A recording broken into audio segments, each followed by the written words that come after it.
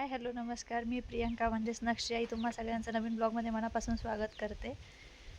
मी आत्याच्या गावाला आली आहे आणि पाहू शकता तुम्ही घराजवळ किती छान असं शेततळ आहे, गच्च पाण्याने भरलेलं आहे. असं घराच्या बाहेर निघलं की लगेच साईडला शेततळ आहे आणि साईडनी रस्ता आहे.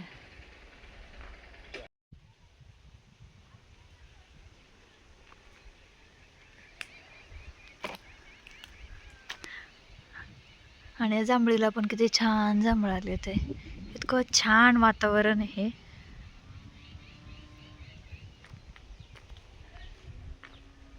शेततळ्याच्या शेजारीच गवारीच्या शेंगा, मुगाच्या शेंगा आणि हिरव्या मिरच्या लावल्या होत्या. तर पाहू शकता किती छान अशा मुगाच्या शेंगा आलेल्या आहेत. आता दाणे भरायला त्याच्यामध्ये सुरुवात झाली आहे. आणि उन्हाळ्यातला मूग असल्यामुळे याला कुठली कीड वगैरे पण नाही आहे. मिरच्यांना खूप पण छान अशी फुलं आलेली आहेत. शेजारीच अशी आंब्याची ताटी पण आहे. आणि जांभळीची झाडं, पपई, खूप नारळाची झाडं अशी घराच्या सगळ्या बाजूंनी इतकं छान वाटतंय. आणि तिथंच मोगऱ्याचं पण एक झाड होतं, त्याला इतकी फुलं आली होती. आणि त्यात मोगऱ्याच्या झाडामध्येच अजून एक सीताफळीचं पण झाड आलं होतं, त्याला पण खूप सारी बारीक बारीक सीताफळं लागली होती. इतकं छान असं दृश्य होतं हे, की असं हिरवगार निसर्ग पाहावतच असं वाटत होतं. नारळाला पण खूप छान असे नारळ आले तर.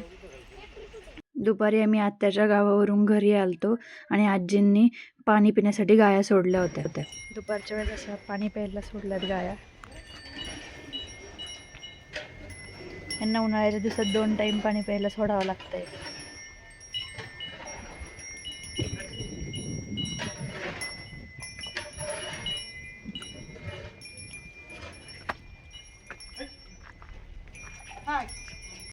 पाणी पाजून झाल्यावर आजी आता जवसाची मिरची करणार आहे.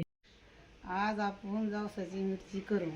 त्याच्यासाठी जवस निसून घेऊ.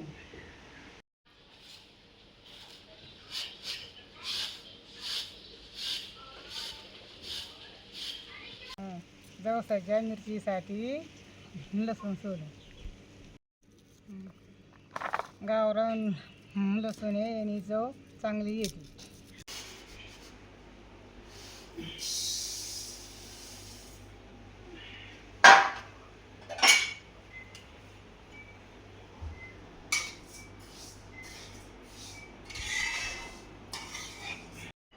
आपण याला कमी गॅसवर भाजून घेऊ, म्हणजे याचा रंग बदलतो, मग याचा चव येते.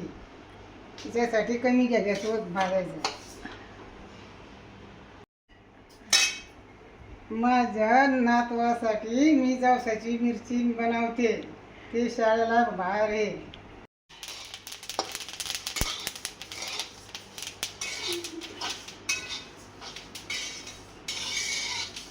जवस हे छान भाजले. आपण आता हे काढून घेऊ.